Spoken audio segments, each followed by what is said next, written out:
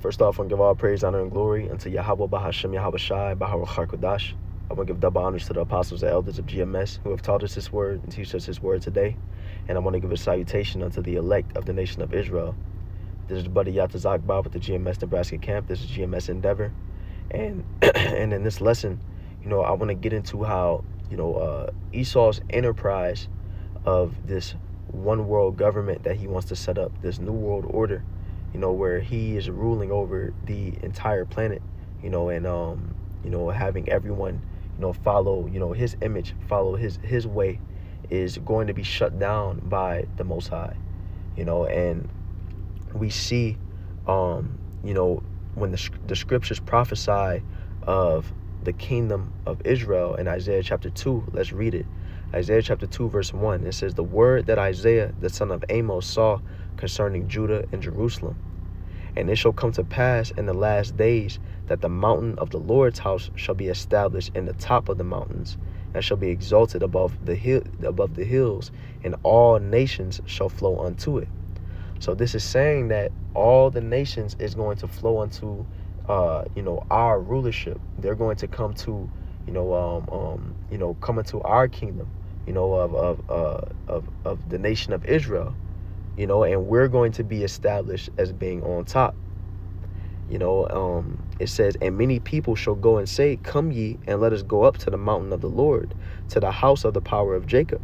And he will teach us of his ways, and we will walk in his paths. For out of Zion shall go forth the law and the word of the Lord Yahweh from Jerusalem."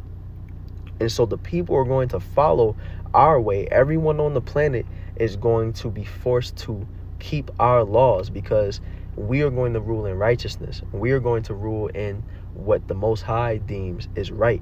And so we will prosper in our kingdom, because we're going to be serving the Most High and ruling in complete righteousness, in perfection, underneath Yahweh Shai, with the 144,000, being joint heirs with him. We're going to rule in a righteous way.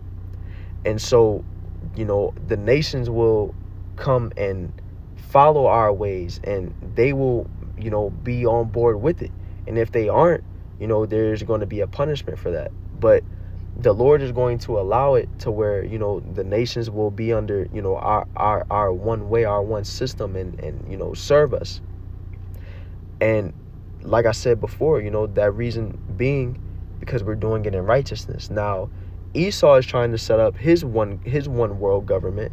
He's trying to set up his way being established on the planet, but it's in wickedness. As the scriptures say in Job chapter 9, verse 24, the earth is given into the hand of the wicked. And we know, and what does that scripture say? He covered the faces of the judges thereof. If not, where and who is he?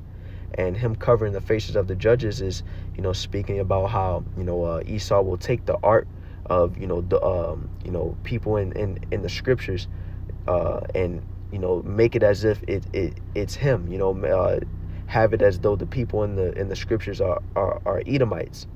And so that's how we know, that scripture is speaking about the Edomites. In Malachi 1 and 4, it calls Esau the border of wickedness, and the earth is given into his hand. And so the way that Esau is trying to rule and govern the people is in a wicked manner. Let's get Revelation chapter 13, verse 14. It says, "And deceiveth them that dwell on the earth by the means of those miracles which he had power to do in the sight of the beast, saying to them that dwell on the earth that they should make an image to the beast which had the wound by a sword and did live." And this image being, Esau's way of life, his philosophies, such as democracy, such as, the LGBTQ plus, these different things, such as, these false religions that he pushes on the whole world, and his image, we see him furthering, his image in the world in the form of this AI technology, such as, these robots and things of the sort. And it's all moving in the direction of the MOTB at the end of the day. Because if we read on, it says, "And he had power to give life unto the image of the beast, that the image of the beast should both speak, and cause that as many as would not worship the image of the beast should be killed." And how are people going to worship the image of the beast? it's going to get to a point to where Esau's way of life, if you aren't walking in it, or if you aren't keeping it, he will cause you to he will punish you for it. It's going to be where you have a social credit system like there is in China, to where if you aren't operating the way that the government deems right, or they deem to be the way that you should be governing yourself, then there will be punishments for it. You will be penalized for it. And this is what Esau plans to do. And when he rolls out that MOTB, like it says in verse 13, and he causeth all, both small and great, rich and poor, free and bond, to receive a mark in their right hand or in their foreheads. When it says all, he plans to do this in the whole planet. So when he rolls that out, it's going to be where, if you don't get it, you'll be ostracized. And if you get it, you have to carry yourself in a way that is, that Esau deems you should carry yourself, and that's how that's worshiping the image of the beast, and if you don't do it, you'll be killed.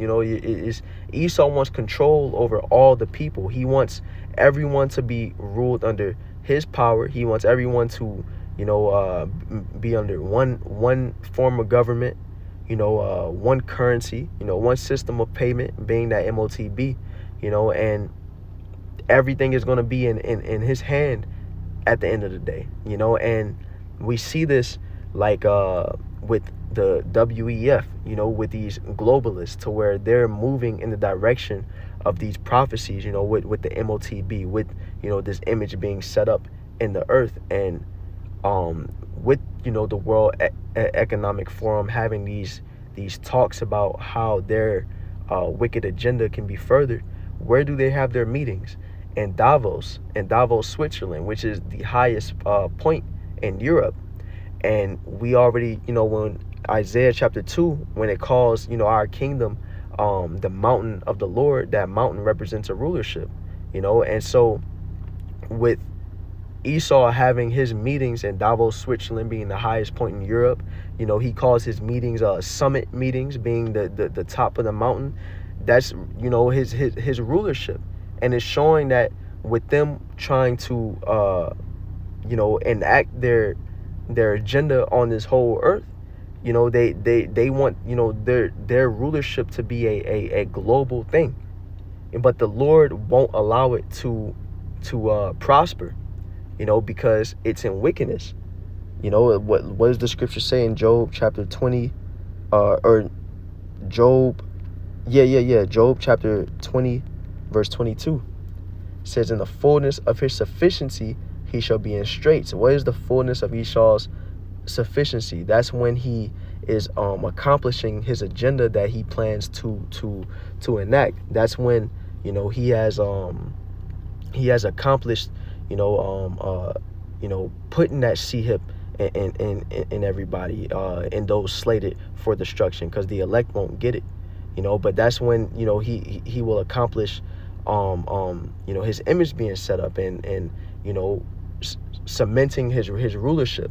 But it says when he is in the fullness of his sufficiency, he shall be in straits, which is a difficult position, which is trouble. It says every hand of the wicked shall come upon him, which that wicked is the Hebrew word imal, speaking about the laborers or sufferers in his kingdom, which are the nation of Israel.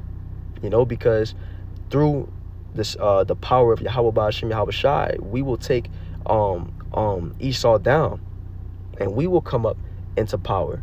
And while Esau is trying to set up his his one world government, he's trying to set it up to where he is the ultimate ruler over the earth, where everyone is one people underneath him, everyone's following one way underneath him. The Lord won't allow it to happen because of the wickedness that Esau is doing it in, because he is a contrarian unto the Most High, because Esau believes that he is God, against the one true power. So that's why the Most High is going to take him down. It's going to be like it was with the Tower of Babel, where they tried to be a one people, rule themselves under one way, and create that city and that tower, and the Most High saw it and he shut it down because it wasn't the Most High's will for that to happen. And that the same thing is going to happen with what Esau is trying to do, but when we come into power, everyone is going to serve us and follow under our way. All the nations are going to come unto us and keep our laws, and we're going to rule in a way pleasing unto Yahweh B'Bashem Yahweh Shai. As the scriptures say in Sirach Second Ezra chapter 6 verse 9 says, for Esau is the end of the world, and Jacob is the beginning of it that followeth. Khan, and this isn't the scripture I was thinking of. It goes,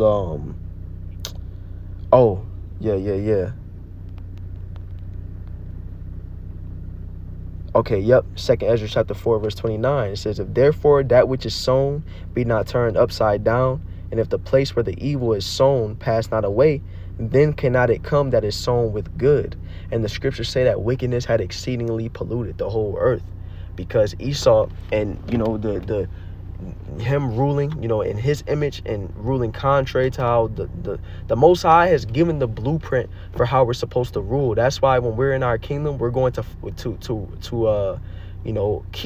keep the law, because when you keep the law, that is the proper way that we are supposed to govern ourselves upon the earth. That's the proper way to live and to rule a people. But Esau has decided that his way is better, and it's a wicked, evil way. So it has to be rooted up. It has to be, destroyed, so that which is righteous, so that which is good, so that which is pleasing unto Yahweh Ba'ashem Yahweh Shai can be enacted in the earth. So that's all I want to bring out this lesson. Once again, giving all praises unto Yahweh Ba'ashem Yahweh Shai, Bahadur Kadash, giving double honors to the apostles, the elders of GMS, and salutation unto the elect. And shalom.